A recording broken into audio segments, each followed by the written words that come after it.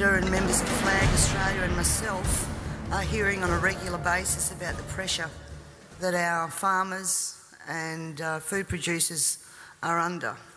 But let me just make the point that these policies come from a faraway place.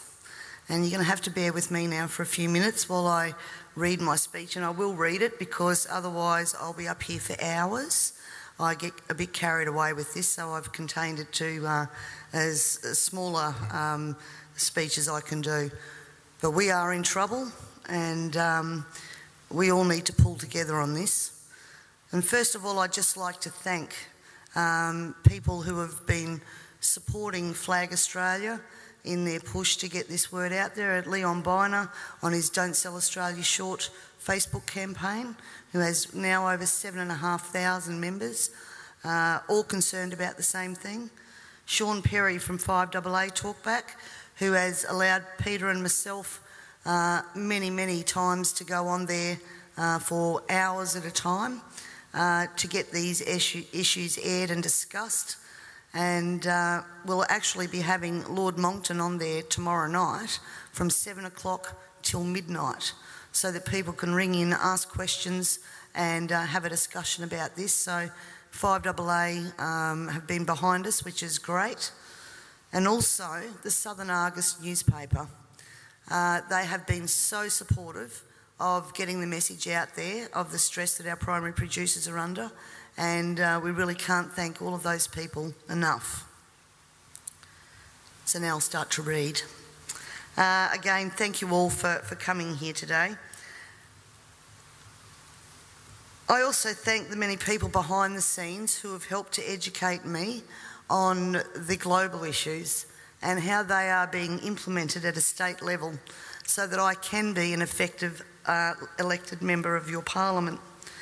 And while I'm speaking to you today, I'm going to quote a number of people from various influential positions on the international stage, and I'll leave it with you to make up your mind if you want to continue to head in the direction that we're going. I first stumbled across Agenda 21 in about 2008, and quite frankly my first reaction was to dismiss what I was reading, because I didn't believe that any government in Australia would take us down this road. Then I began to see a legislative pattern emerging in Parliament which concerned me greatly, and I also started to see the tenor of legislation that we were passing. I did air those concerns in Parliament, and it was dismissed and ignored. The words Agenda 21, ladies and gentlemen, were never meant to be spoken.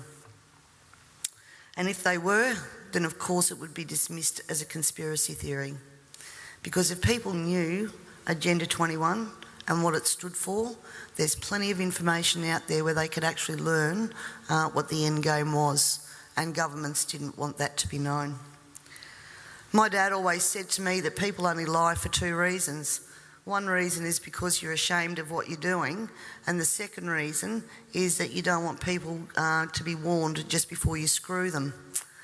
And I honestly believe that these secrets have been, thank you, that these secrets have been kept for both of those reasons. Ladies and gentlemen, the origins of the environmental movement as we see it began back in 1968 when the Club of Rome was formed. The Club of Rome has been described as a crisis think tank which specialises in crisis creation. The main purpose of this think tank was to formulate a crisis that would unite the world and condition us to the idea of global solutions to local problems.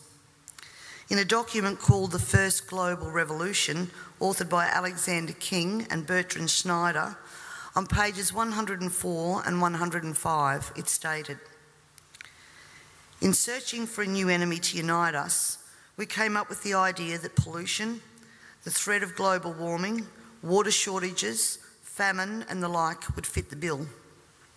All these dangers, of course, will be caused by human intervention that will require a global response." That's the origin of global warming, ladies and gentlemen.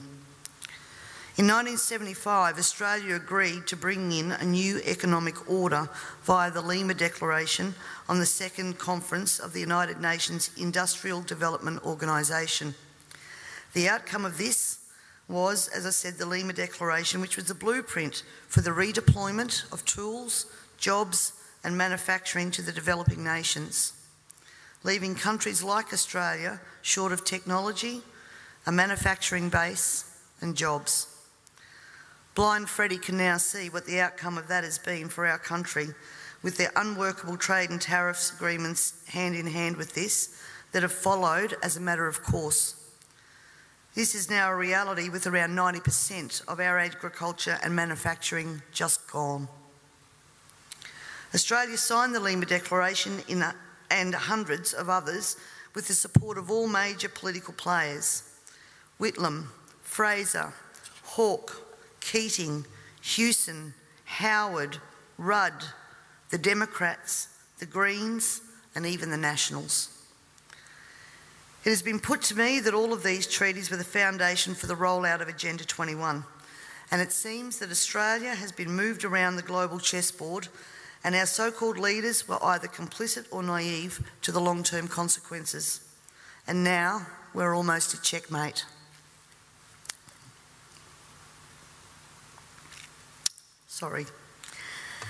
In 1992, former President of the United States, George Bush Sr. said, "Effective execution of Agenda 21 will require a profound reorientation of human society, unlike anything the world has ever experienced.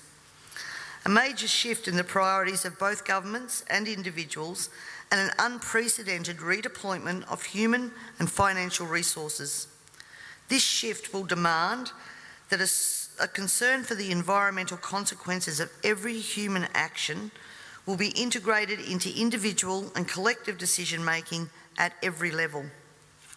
Cutting through the code, I want everyone to consider what the words "profound reorientation of all human society" and "unprecedented redeployment of human and financial resources" actually means. For everyone here tonight not familiar with Agenda 21, I would suggest that this is the beginning of your learning curve, not the end.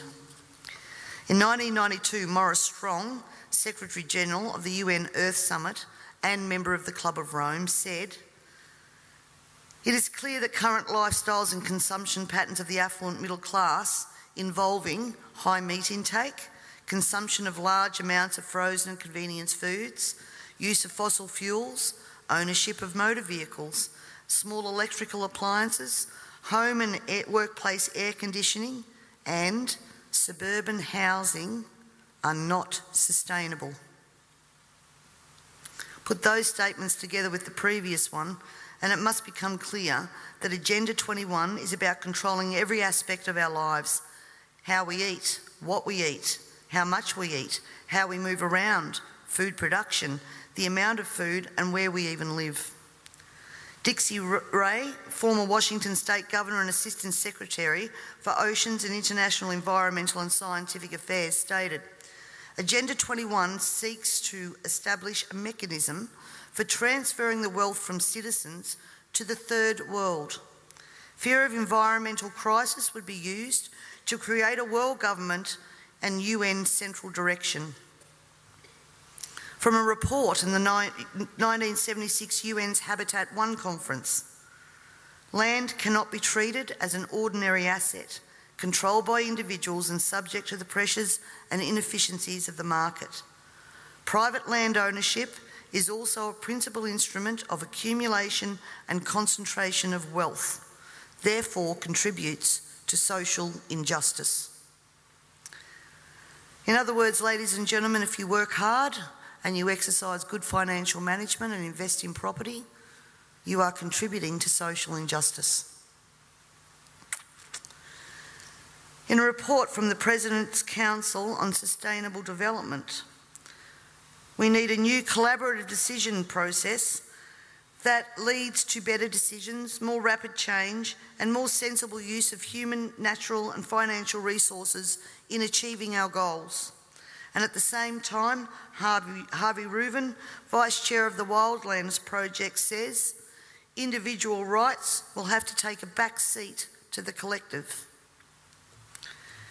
J. Gary Lawrence, advisor to President Clinton's Council on Sustainable Development.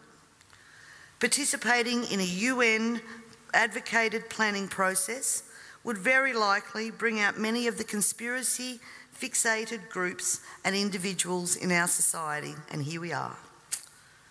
This segment of our society, who fear one world government and UN invasion, through which our individual freedoms will be stripped away, would actively work to defeat any elected official who joined the conspiracy by undertaking Agenda 21. So we will call our process something else. We will call it comprehensive planning or growth management or smart growth. We ended up with sustainable development.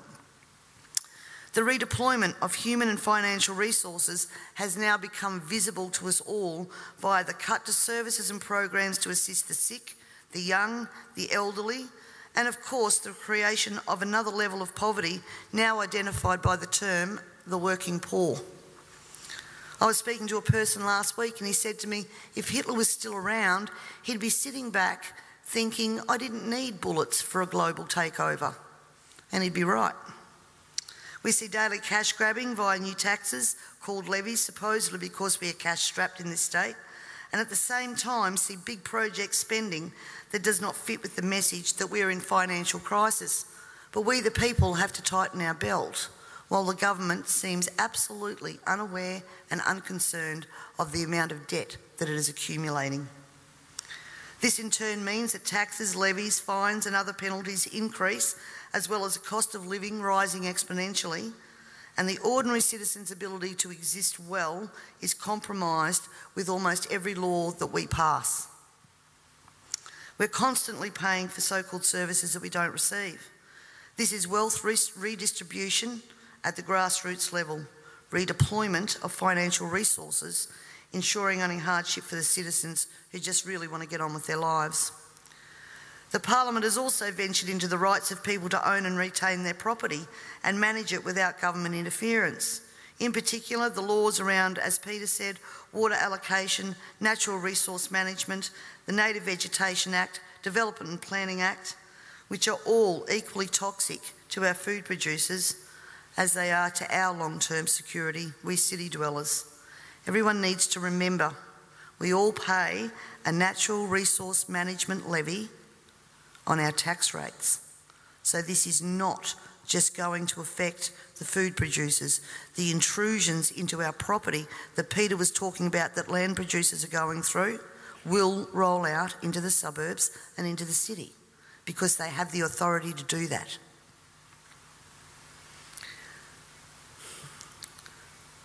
We all have already fiddled in Parliament with land titles of people in rural areas, and I'm talking about the Barossa and McLaren Vale legislation that passed. And the word used to the buzzwords used to justify that was heritage status. At the same time that our right to own and manage our land, have access to water, produce adequate food to ensure that our only option is not to consume often toxic and substandard food from places like China, this government has been working overtime to take away our rights to common law through many pieces of legislation. Common law is what guarantees us an ability to correct injustices. This coming year, I promise you, you will also hear debate over a number of pieces of legislation that will further erode our common law rights. And you have to get behind me on this, ladies and gentlemen, to stop this from going through.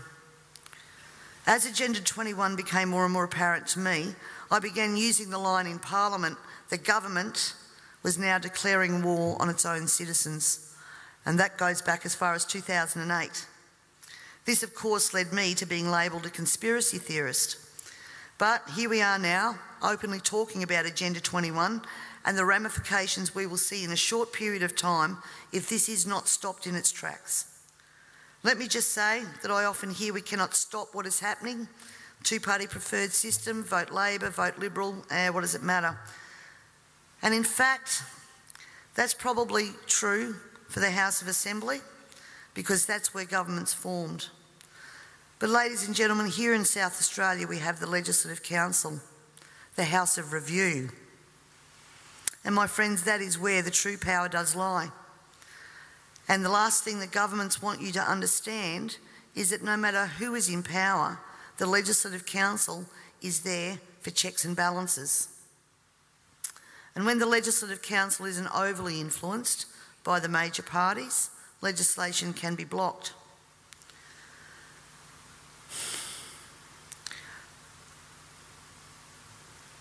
Remember, on most of these policies that I've spoken about here today, there has been bipartisan support for everything that has gone through. When the major parties join together, then the crossbenchers and minor parties, basically our vote is null and void. The way to avoid that is to make sure that when the major parties do join together, they don't have the numbers. For way too long now, we the people have been asleep at the wheel, and it is time to wake up and participate in the democratic process. And to do that, you need to understand the parliamentary and political system that you are trying to rein in. In 1972, the Club of Rome published the alarmist Limits to Growth document, warning of worldwide overpopulation, the need for sustainable development. This was the beginning of the slow process of social engineering and programming people to accept that the planet is struggling to sustain life. On the 8th of October 1973, the New York Times reported a quote from Ted Turner, also Club of Rome. The social experiment in China under Chairman Mao's leadership is one of the most important and successful in human history. In 1987, Mikhail Gorbachev, also a member of Club of Rome, said, "We are moving toward a new world order, the world of communism, and we shall never turn off that road." He also quoted in 1996 Monetary and Economic Review on page 5, "The environmental crisis will be the international disaster that will unlock the new world order, one world government." In 1992 came the Earth Summit, which produced the document called the Earth Charter. This document was co-written by Maurice Strong, long-time globalist, elitist, member of Club of Rome, and Mikhail Gorbachev. Both Strong and Gorbachev stated that it was hoped that this document would be adopted as the new 10 Commandments, with environmentalism as the new one world religion. Out of this summit came Agenda 21.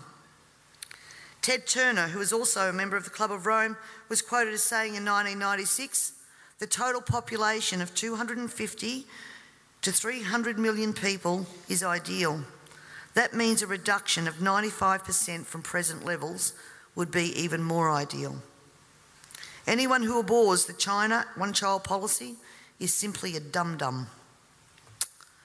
In 1998, the Baltimore Sun reported on July the 7th, most of Ted Turner's first donation to the UN of $22 million went to programs that seek to stall population.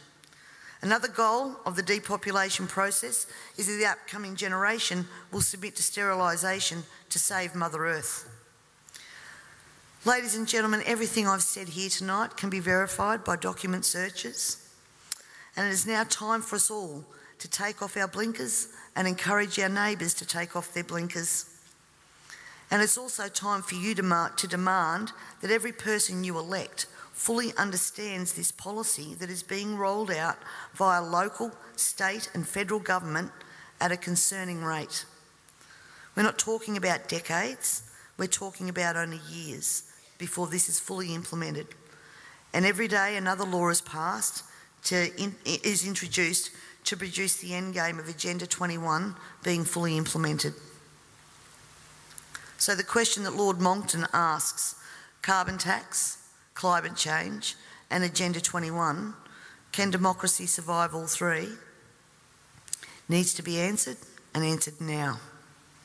And you need to find out from your elected members what they know of Agenda 21, and if they don't know it, educate them. And if they don't know it, then push them to understand what they are voting on in Parliament. because this is Crossroads. I thank you all very much for your time and for your attention, and I would now like to take the opportunity to introduce Lord Christopher Monckton. Thank you.